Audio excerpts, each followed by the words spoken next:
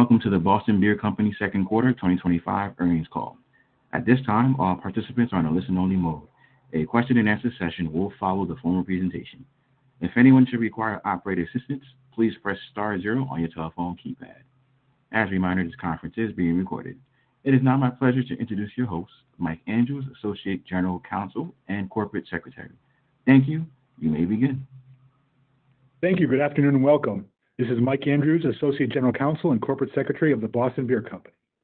I'm pleased to kick off our 2025 second quarter earnings call. Joining the call from Boston Beer are Jim Koch, Founder and Chairman, Michael Spillane, our CEO, and Diego Reynoso, our CFO. Before we discuss our business, I'll start with our disclaimer.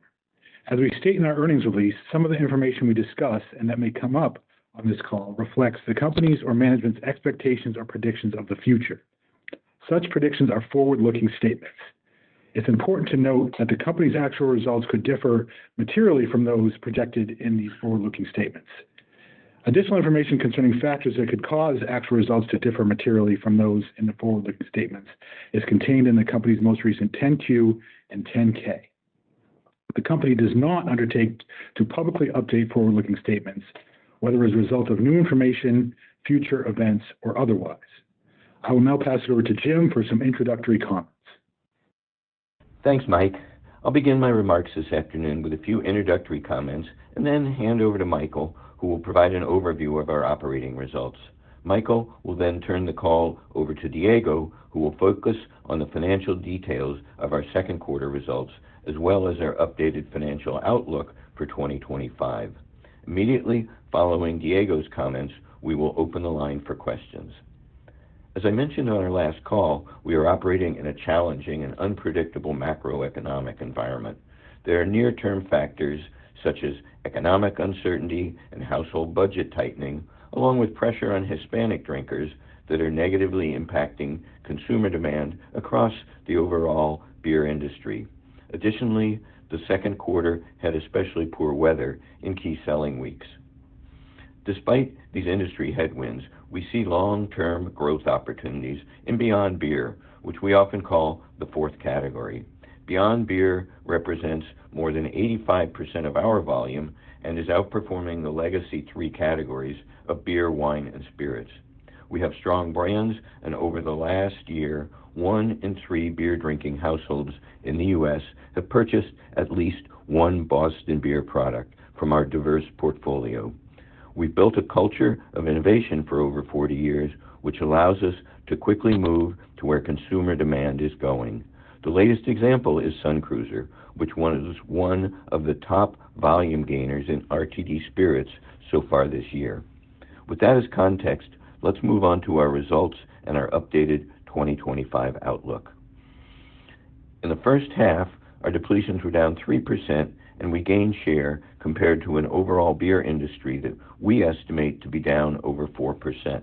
In the second quarter, our depletions were down 5%, and as expected, shipments were significantly ahead of depletions at down only 1%. This was mostly driven by the timing of wholesaler demand for our Sun Cruiser and Truly Unruly innovations, along with lower than target wholesaler inventory levels last June.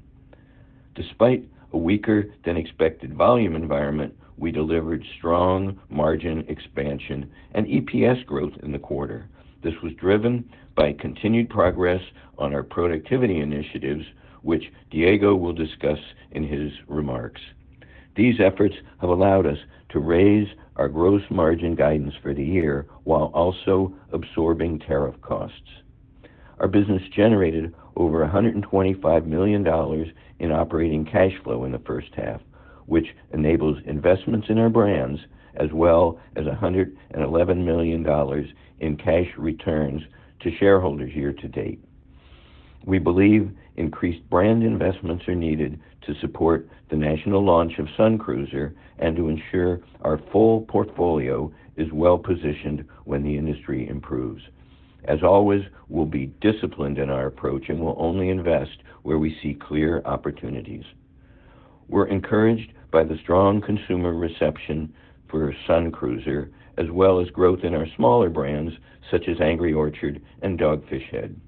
However, as Michael will discuss, industry headwinds are impacting our larger brands in the near term. As a result, we do expect shipment declines in the second half of the year as shipments rebalance in line with depletion trends. In summary, I'm confident we have the right strategies and team in place. We're continuing to invest in our brands, we're building a strong innovation pipeline, and we're making progress on our multi-year productivity initiatives. Importantly, we're focused on controlling what we can control. We're executing in the marketplace to improve share trends and expand our margins. I'd like to thank our Boston Beer team, distributors, and retailers for their continued support. I will now pass the call over to Michael. Thanks, Jim, and good afternoon, everyone. Our strategy to nurture all our core brands, pursue a fewer things better approach to innovation, and transform our supply chain is gaining traction. While we still have work to do, this strategy helped us deliver significant margin expansion and earnings per share growth in the second quarter, while growing depletions on 4 of our 7 brands. We also hit a record high in customer service levels and reached nearly 50% in gross margin. As Jim noted, the macroeconomic environment is dynamic, and as such, our depletions have softened since the last earnings call. Beginning in May and accelerating to June, we saw higher than expected industry declines in the FMB category, which in measured off-premise channels was down 3% in dollar sales year to date after growing 7% for the full year in 2024. Our current assessment is that economic uncertainty is driving lower traffic at retail as well as fewer social occasions. Also, while we remain underpenetrated with Hispanic consumers, they are a sizable portion of the consumer base for alcoholic beverages and do have some impact on our volume performance. We've maintained healthy points of distribution for our portfolio and gained shelf space in the spring resets for Twisted Tea, Sun Cruiser, Samuel Adams, Angry Orchard, and Howard Mountain Dew. However, traffic levels are down across retail channels, and consumers have become somewhat more focused on absolute dollar spent. This has slowed velocities on our larger brands, Twisted Tea and Truly, which are more exposed to overall economic trends and generate a higher percentage of their sales mix from larger pack sizes. Given these trends, we've lowered our volume forecast for the year, as Diego will further discuss in his remarks.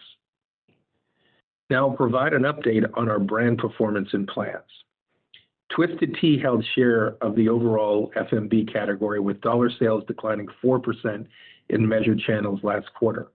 As we expected, Twisted Tea shelf space increased mid-single digits in the spring resets as retailers began trimming their assortments.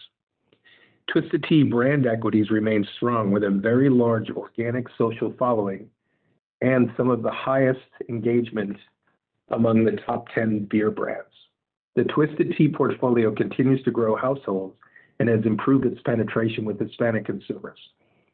While that has not provided the growth we initially expected in 2025, it should benefit the brand in the long term. Twisted Tea Light and Twisted Tea Extreme are growing shelf space and velocities. Our packaging redesign has improved sales per point of Twisted Tea Light.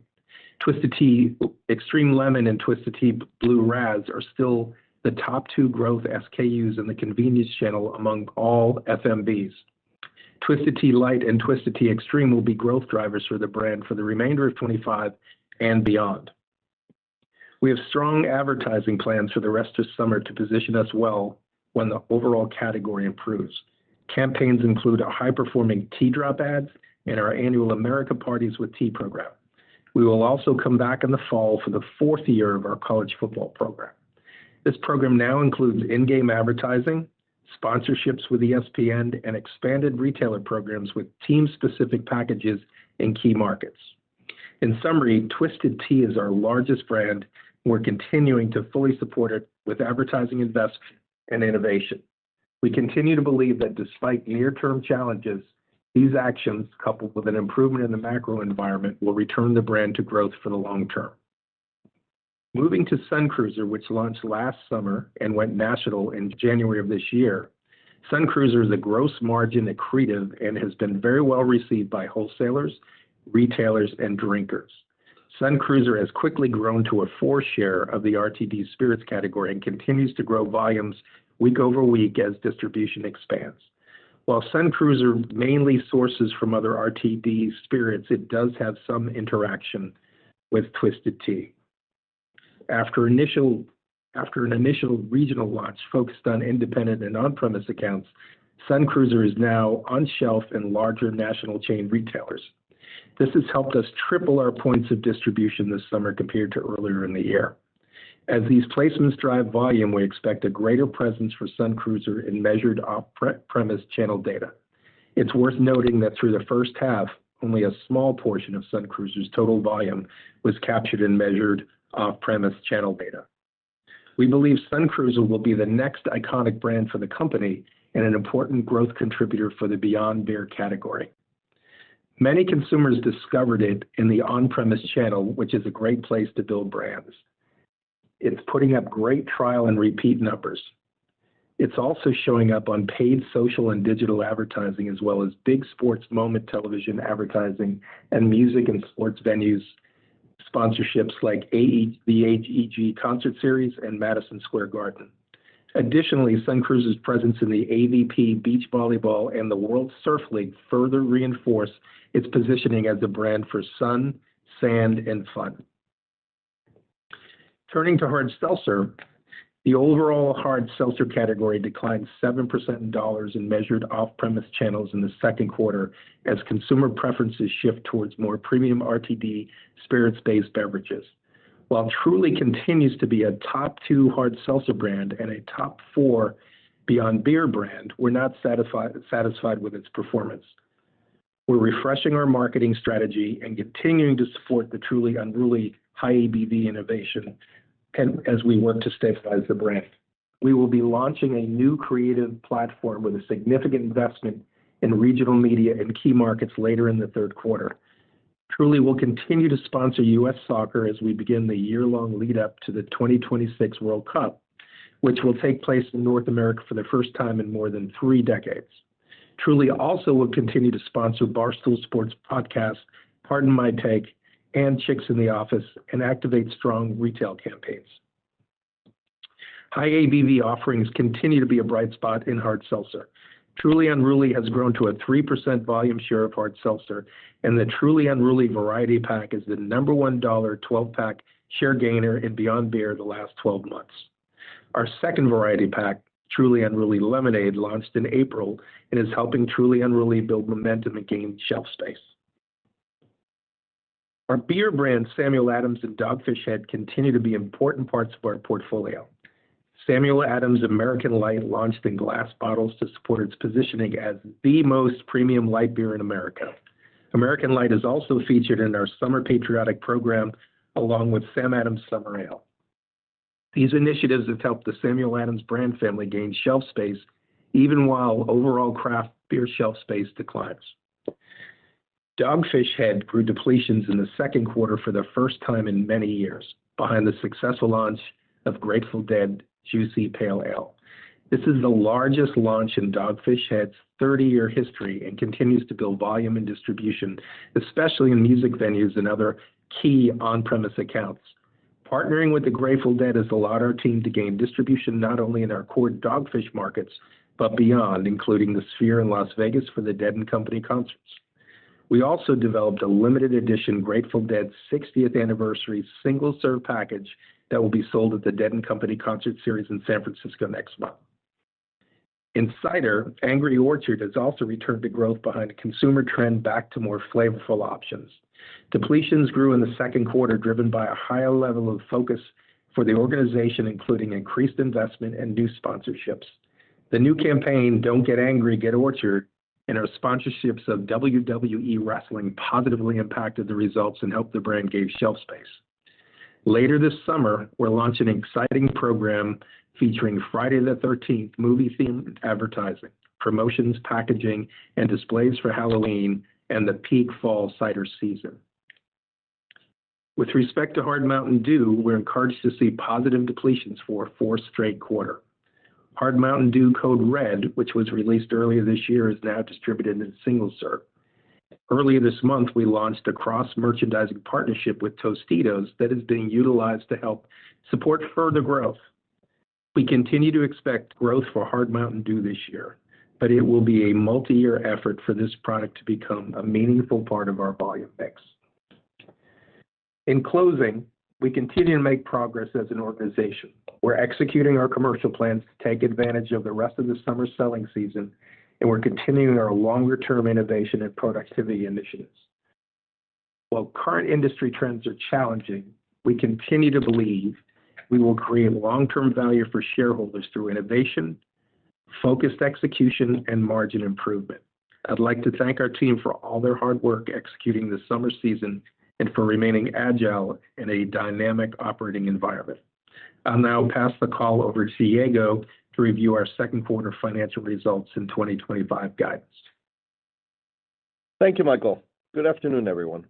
Depletions in the second quarter decreased 5% and shipments decreased 0.8% compared to the second quarter of last year, primarily driven by declines in the Truly Hard Seltzer and Sam Adams brands that were only partially offset by growth in the company's Sun Cruiser and Dogfish Head brands. As Jim noted earlier, shipments were higher than depletions in the quarter due to the timing of wholesaler demand for our Sun Cruiser and Truly Unruly innovations, as well as lower than target wholesaler inventory levels last June. We believe distributor inventory of 4.5 weeks on hand as of June 28th is an appropriate level for each of our brands. Revenue for the quarter increased 1.5% due to increased pricing and favorable product mix, partially offset by lower volumes. Our second quarter gross margin of 49.8% increased 380 basis points year over year. Gross margin primarily benefited from improved brewery efficiencies, procurement savings, price increases, and product mix, which were partially offset by increased inflationary and tariff costs. Late in the second quarter, we did experience some tariff costs, which negatively impacted gross margin. Advertising, promotional, and selling expenses for the second quarter of 2025 increased $15.5 million, or 10.7% year over year, primarily due to increased brand investment in media.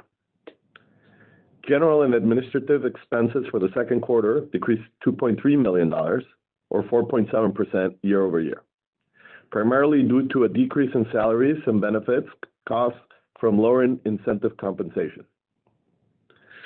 We reported EPS of $5.45 per diluted share, an increase of 24.1% compared to the prior year.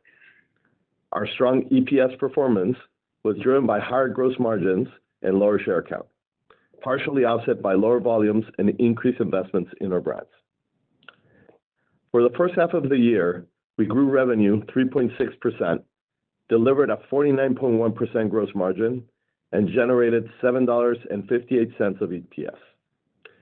These results reflect shipment growth that was ahead of our depletions. As we discussed in our last call, we expect shipment trends to rebalance with depletions in the second half of the year.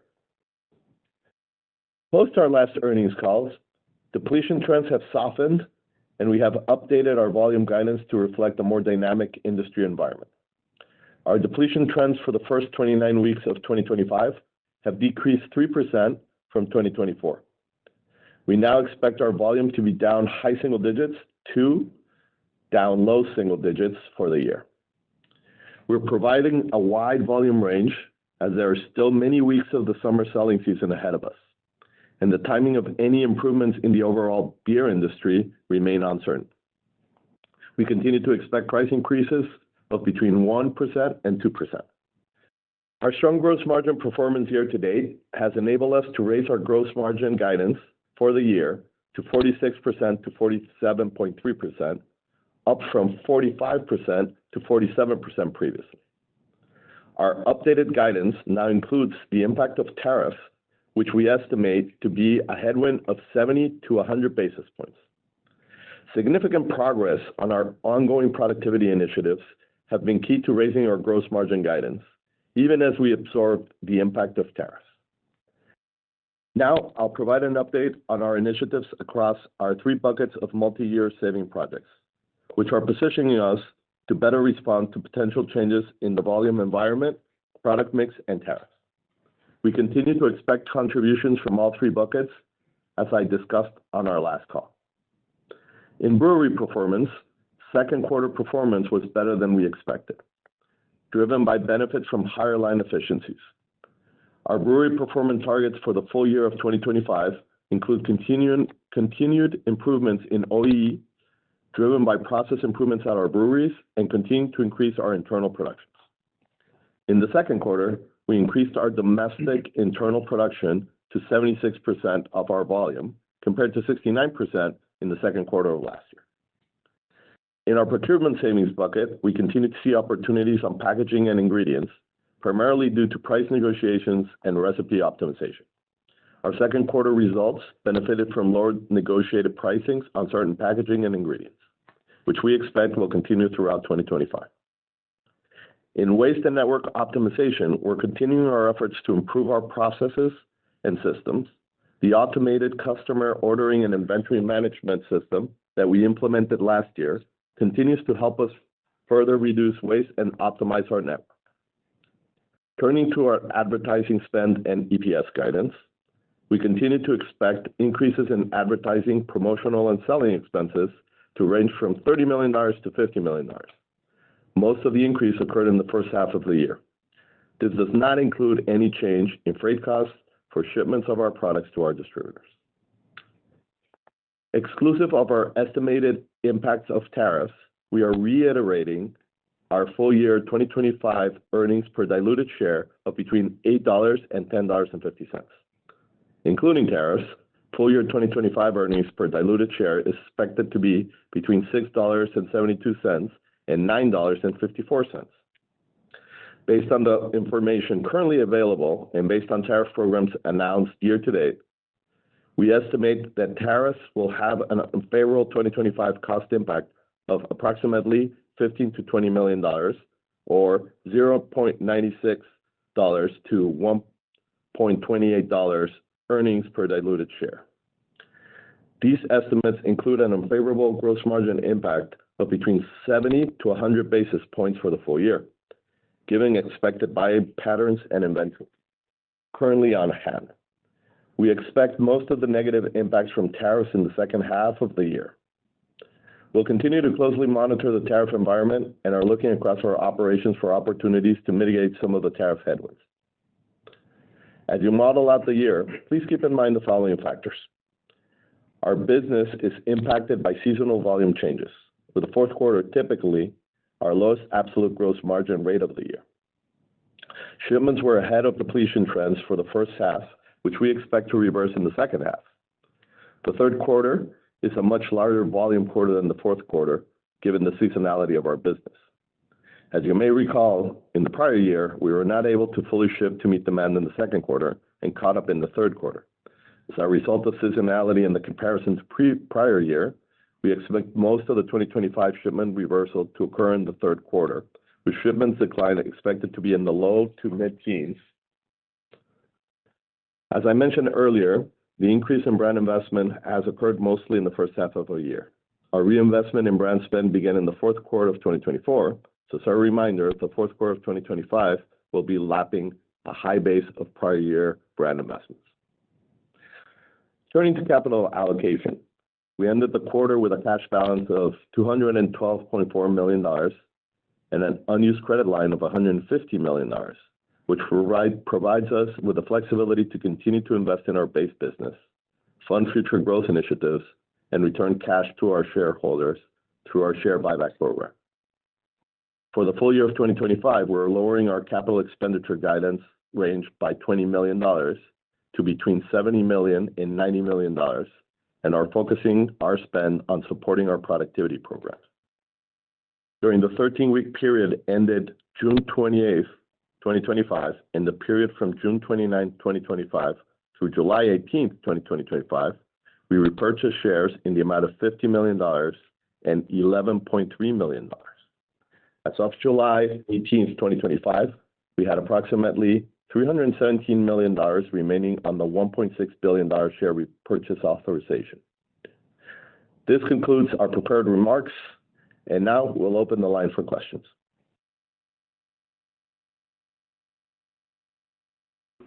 Thank you. We will now be conducting a question and answer session. If you'd like to ask a question, please press star one on your telephone keypad. A confirmation tone will indicate your line is in the question queue. You may press star two to remove yourself from the queue. For participants using speaker equipment, it may be necessary to pick up the handset before pressing the star keys. One moment, please, while we poll for questions. Our first question comes from the line of Filippo Falorni with Citi. Please proceed with your question. Hey, good afternoon, everyone. So obviously, the summer was off to a pretty soft start in the beer category, and it does seem like the early July data continues to be soft. So maybe can you give us an update on kind of the exit rate of your business? What are your thoughts as you enter, to your point, into the key Q3 quarter from a depletion standpoint? And then from a brand standpoint, obviously the biggest slowdown we've seen is in Twisted Tea, net of the contribution from Sun Cruiser. So can you help us understand how you see the evolution of the two, like in terms of the decline of Twisted, net of some of the distribution gain and contribution from Sun Cruiser going forward? Thank you. Yeah, let me answer that one. Your instincts are right that the start of the summer was quite slow through the whole industry. It looks like the industry is off 4 or 5%, us a little bit less. So we have gained volume and dollar share this year. My take on it is we started this year thinking it was going to be down 1-2%, and there were some drivers behind that: moderation, health concerns, sociability. There's a little less cannabis through D9, and just the overall macroeconomic uncertainty. I think things got a little worse in the second quarter because on top of those factors, the weather was just bad. In the Northeast, there were 13 consecutive weekends where they had some rain. And then there was also added pressure on the Hispanic community and people going out less. And both of those increased the pressures on the beer business. So the second quarter was worse for us than the first. As you can see from our 29-week results versus the 26, we're still down the same 3%. So you can do the arithmetic on that. But the added 3 weeks did not push down our year-to-date number. And so that's how I would look at the industry. You asked about Twisted Tea and Sun Cruiser and the interaction there. Broadly speaking, we're about flat for the hard tea category. Twisted Tea tends to respond as the rest of the FMB category does to consumers. Sun Cruiser is a premiumization of the tea category, so to the extent we're swapping some Twisted Tea drinkers for Sun Cruiser drinkers, it's margin and revenue accretive. We would hope that that as the year goes on, the momentum that we have behind Sun Cruiser will more than make up for what's going on with Twisted Tea. And there isn't that much interaction between the two. When we run numerator data, it looks like Twisted Tea is about 20% of the drop in Twisted Tea is attributable to the vodka tea category, which is not just Sun Cruiser, but also some High Noon, Surfside, some smaller, Happy Dad kind of things, a Good Boy, smaller entrants.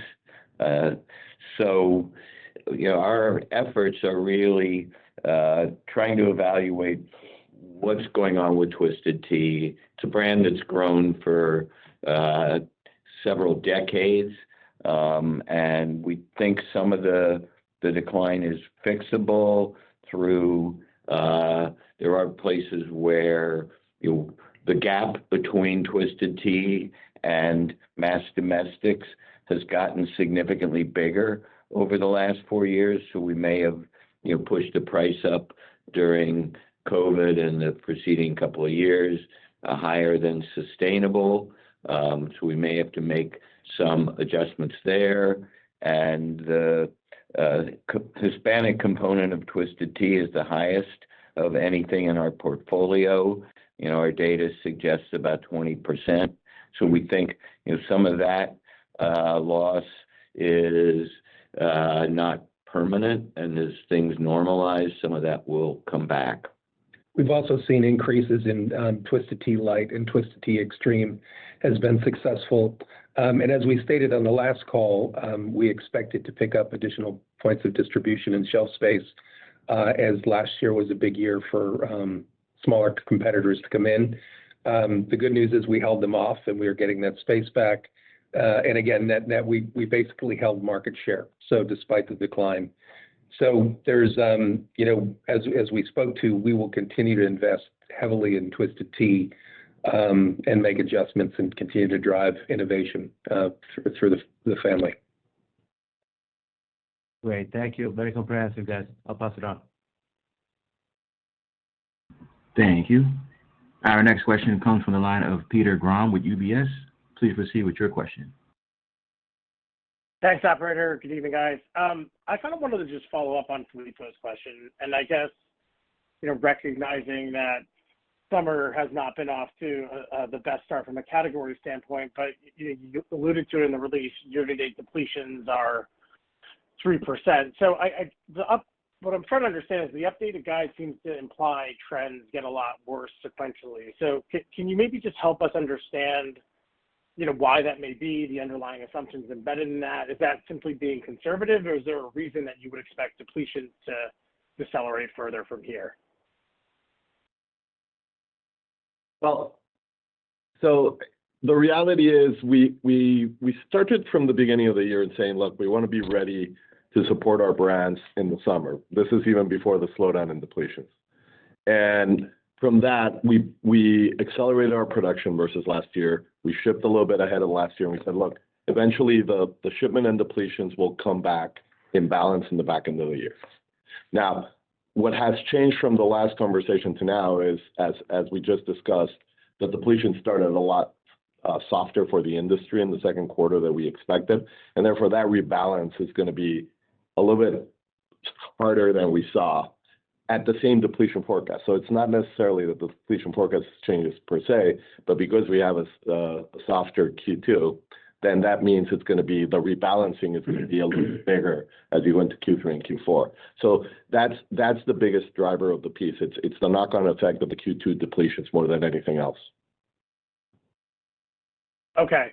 And then, Jim, I was maybe hoping to go back to your response on just in terms of how category growth has evolved.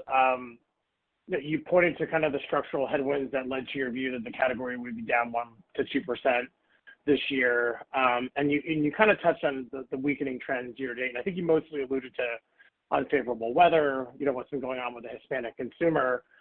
And this may be hard to parse out, but when you look at what's happening from a category perspective, are the impacts related to moderation or the structural headwinds, are those playing out as you would have anticipated, or are they actually maybe worse or having a bigger impact on the category than what you thought entering this year?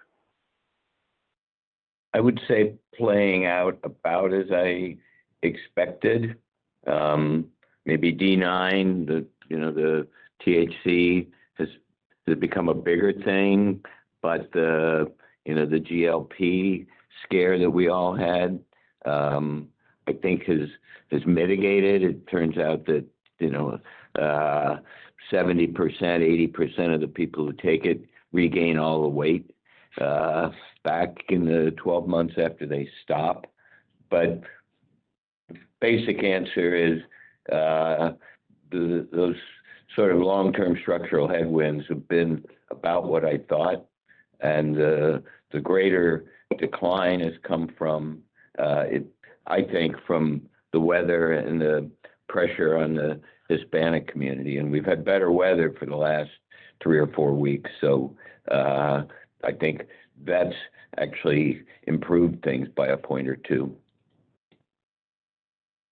Got it. Well, thank you so much. I'll pass it on. Thank you. Our next question comes from the line of Nadine Sorwat with Bernstein. Please proceed with your question. Hi, evening, everybody. 2 for me. One straightforward. I know you called out lowering the estimate for the dollar impact of tariffs. Could you just give us the moving parts on that? And then maybe a second bigger picture question on Sun Cruiser. You called out the belief that it will be the next big growth driver for the business. The RTD space is already quite crowded, though still growing strongly. And we've seen boom and bust cycles in the past and beyond beer in the fourth category space. So, all this to say, it's really great to see the strong performance of Sun Cruiser and another brand offering up some real growth for the group. But how do you think of the brand's long-term room for growth given those considerations and what we can learn from history in these categories? Let me take the second part of that, and then I'll pass it back to Diego. So I think one of the things as a company, Jim talked about Twisted Tea, and that was kind of a 20-year overnight sensation where it was a long, steady, healthy growth trajectory, and it's got a solid foundation. Because we make Truly and we experienced the Truly spike, and that was built very differently because that was built with a lot of brand extensions. It came down, and it's still we're still trying to find balance in that portfolio. So we've taken those lessons with Sun Cruiser, and the most important thing we did here was we built this on premise to start. As Jim noted, that there's a lot of great exposure to consumers, and they therefore go out and purchase it off premise as they enjoy the product. So we've started really strong there, and we've rolled it responsibly across the country. It hasn't been a spike. It is we're just getting into measured channels now, and it is the fastest ramping product we've ever done. But we're doing it in a very measured, controlled way. So we've learned a lot of lessons here. We've done a lot of things right. We've certainly made all the mistakes in the world as well, but we're building this on a strong foundation. And I think for the people that taste the product, it comes back as best in class. And so typically that is what has always worked for Boston Beer, is that we make the best product and tell great stories around it, and the consumer finds it. So we're confident. We know it's a long run. We will continue to invest heavily, and you heard some of that. But we're going to stay on premise as well as in arenas and around music and sports. So this will be a long-term play for us, and we like what we see so far. So I'll pass it to Diego. Excellent. Thank you, Michael. On a tariffs point of view, as you know, the tariffs have multiple elements. So it's the tariff as it's currently announced. It's also the timing of when the products are coming in. And the third piece is some of the mitigating actions. So if you look at where we were a quarter ago to now, a few things have changed. Aluminum actually went the other way. But for example, our POS material estimates on tariffs went down significantly with some of the changes in the tariffs in the last few months. So it's a constant up and down depending on the different countries and different pieces. The third piece is we've actually worked with some of our suppliers, especially around POS, to mitigate some of the POS impact for this year. So that's the third reason why we made the adjustment. So it's a combination of up, downs, and timings of the announcements. Understood. And just to confirm, you said that tariff impact is net of mitigation? Yes, that is net of mitigation. Perfect. Thank you very much. I'll pass it on. Let me be very specific. It's net of mitigation within our suppliers. Now, there's a lot of things we're doing in our gross margin and other things that are going to provide savings, and that's why we're taking our gross margin guidance up. But direct mitigation, it's net of mitigation. Understood. That's very helpful and clear. Thank you. I will pass it on.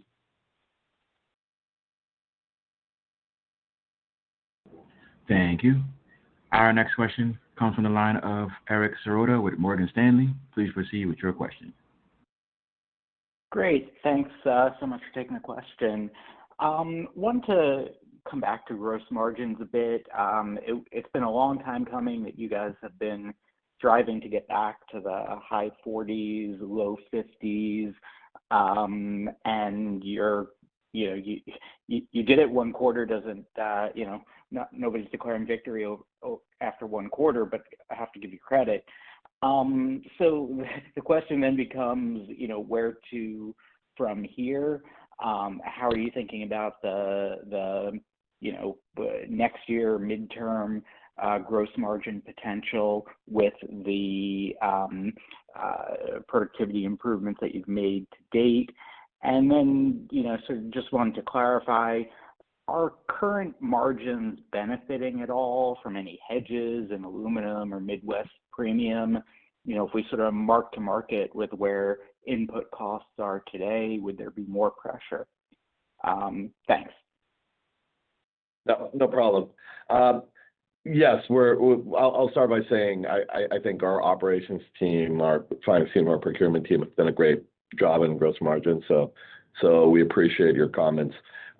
I think the challenge that we're seeing is as well as all the initiatives that we're doing are going, we're also having headwinds with tariffs.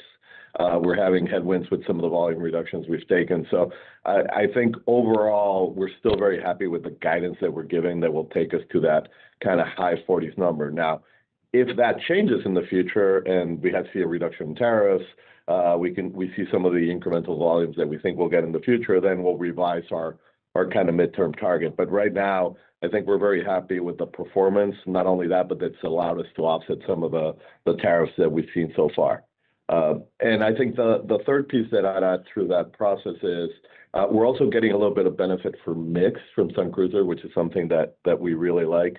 So again, I think as we go into 2026, those are the three things that we're going to be looking at when we come back at the end of the year and give you guys the guidance for 2026, is how all those things come together for our gross margin target for next year.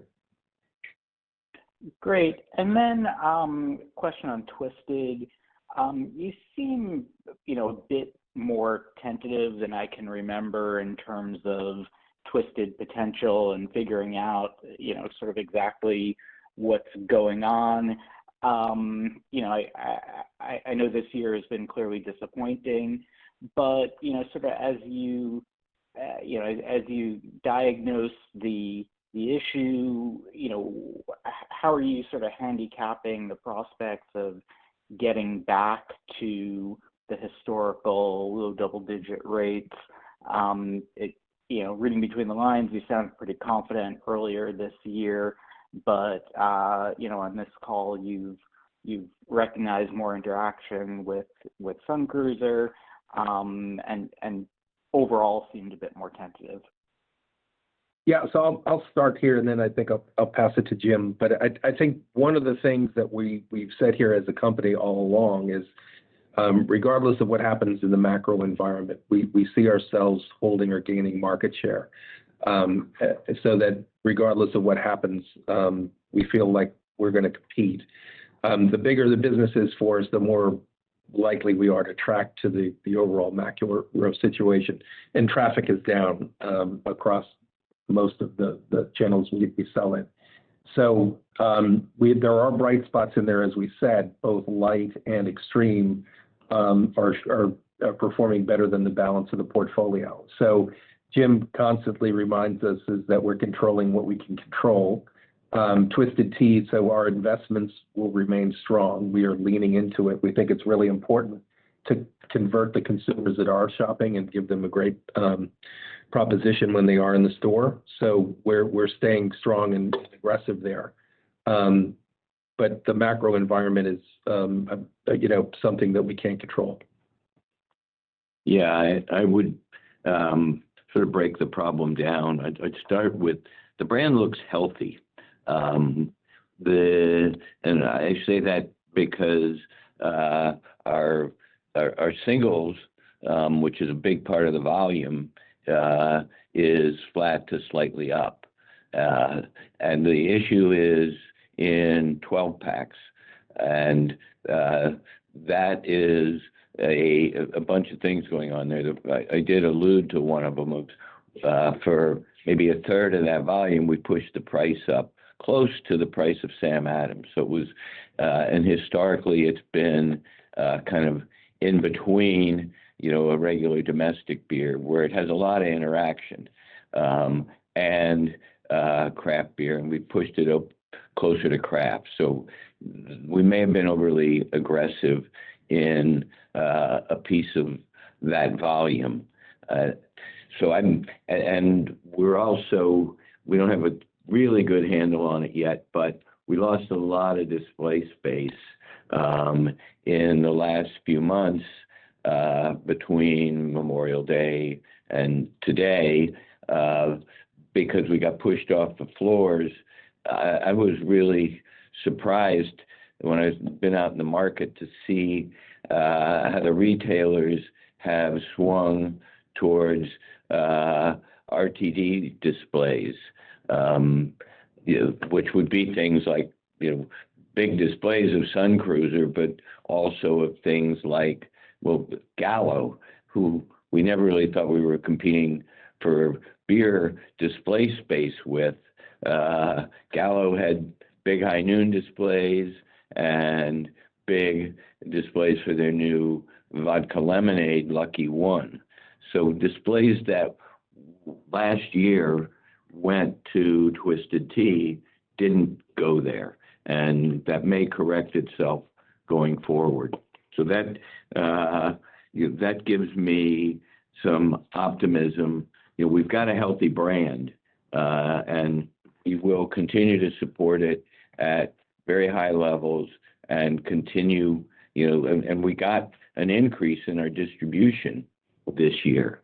So those retailers still have confidence in it. It's a big brand for our wholesalers, so we're continuing to get support from them. So I feel more comfortable about the long term than the last few months. Very helpful. Thanks, Jim. Thanks, Michael. Thank you. Our next question comes from the line of Bonnie Herzog with Goldman Sachs. Please proceed with your question. All right. Thank you. Hi, everyone. I wanted to circle back with a few questions just on your shipment and depletion guidance. I guess first, I'd be curious, to hear why you widened the ranges so much, especially considering only 5 months left in the year. I understand everything you talked about and the pressures that are out there, but what has changed with your visibility? And then trying to understand your shipment guidance, which does imply shipments will be down, low double digits at the midpoint in, the second half. So why so negative, especially when you suggest wholesaler inventories are in a pretty good place? And then finally, I might have missed this, but I assume you no longer expect Twisted to grow low single digits this year. And should we expect, a decline of low single digits for Twisted? Is that what's implied in your guidance? Thanks. Okay, so perfect. So thank you for your question. So I'll take the first one, and then I'll pass it on if anybody wants to add something. So the first piece is, I think we've talked a lot on the questions and on the call of how drastically depletions changed over the last 8-9 weeks. And therefore, I think right now, nobody in the industry can accurately tell you what the market's going to do. And I think for that reason, I think we've widened our range of the depletion targets because we know what we can control, but we're still, again, there's the weather, there's a bunch of other things that have been happening that are outside our control. So I think it's the prudent thing to do is to expand our range in a more volatile environment. The shipments is a direct consequence of the depletion range, because at the end of the day, we want to make sure that we maintain the right level of inventories. So if our depletions improve in the second half of the year, our shipments will improve in the second half of the year. But what we don't want to do is set a shipment target that will increase our year-end inventories if the depletions don't actually improve. So again, for me, the prudent thing is we're doing everything we can to be on the higher end of our range. And I think the actions we're taking from a brand investment point of view, from a execution point of view are great. What we do not have is a key visibility of how the market's going to behave in the next 12 weeks. And although you're right, we're in the middle of the year, the highest piece of our selling season, July and August, are still to come. So we'll know more in the next few weeks when we see the July results and see what August comes in. But right now, I think the prudent thing is to expand that range. Okay, do you want thank to? you. Well, and sorry, I'll say we don't usually give guidance by brand, but Yeah. I'll look to Michael and Jim to see if they want to add something on Twisted Tea. Yeah, I would just anticipate that we continue to maintain our market share and grow where the opportunity presents itself. But given the macro headwinds, it's really hard to predict. Okay, thank you. I'll pass it on. Thank you. Our next question comes from the line of Rob Ottenstein with Evercore ISI. Please proceed with your question. Thank you very much. I have a two-part question, Jim. Your depletions have been weak for a while. You're having a little trouble hearing you, Rob. You're breaking up. Yeah, you sound a little robotic. Is this a little better? A lot better. Thank you. Appreciate that. Right. So look, beer depletions have been weak, for a number of years now. They seem to be getting worse. And we can throw out the weather, the Hispanic consumer. I mean, it's a long litany. So the question is, number one, in terms of the industry, how much longer can this go without more strategic actions, consolidation, given the high fixed costs of large parts of the industry? And then, tied to that, Jim, are you thinking any differently now about more strategic moves, like whether to, get into energy drinks or, do anything, fundamentally different than you have been doing, given, these headwinds, these structural headwinds that seem to keep getting greater and greater? Let me take that one. We are always looking for opportunities. And to be honest, yes, 3 years ago, we probably didn't look at anything outside of alcohol. Now our innovation team is starting to poke at opportunities there. We certainly haven't found anything that we think is attractive and that we're good at, and we recognize that in the non-alc space, there are some of the best marketing and best marketing companies in the world and best innovators. Lord knows how many energy drinks come out every year, but it's beyond dozens. So it's super competitive. So we're just looking at it, not knowing whether it's the right place for us, but we are always looking at innovations. And in terms of, M&A, that's kind of above my pay grade. There's lots of, investment bankers thinking very diligently about who should buy whom. And that's really not in the cards for us. But do you think we will see some of that? Not naming names, but do you think the industry will see some sort of consolidation, either on the beer side, beverage alcohol, or beverages in general? I'd have to say my opinion is uninformed and nonchalant. I mean, I don't know if what Miller's going to buy, or if somebody, Gallo or Coca-Cola or Keurig. There's people on this call are much smarter than I am about that, so I wouldn't even venture an opinion.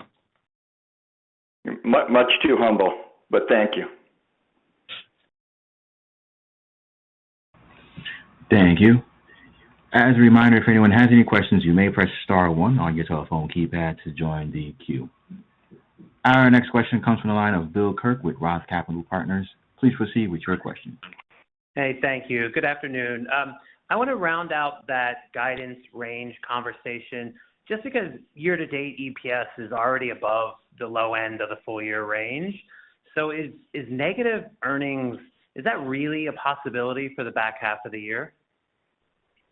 So look, fourth quarter is always our lowest quarter, and that's definitely a possibility. I think in Q3, it really is going to depend on the depletions of July and August.